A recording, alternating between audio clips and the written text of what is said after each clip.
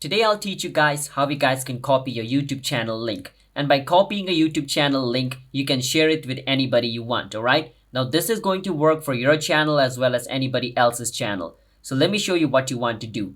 First, you want to click on the search at the top and search for the channel. So I want to share the link of my friend's channel over here. So I will type that. After I type his channel's name, the channel is going to be shown over here. I can click on his channel. And once I'm inside his channel, like the channel profile of my friend, I can click on the three dot at the top right and click on share.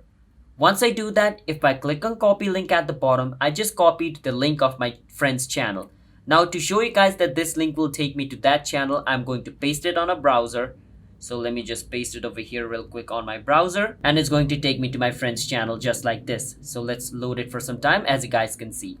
So that's how you guys can copy your YouTube channel link, and you can follow this step to copy any YouTube channel's link. The step is same for Android, iPhone, doesn't matter.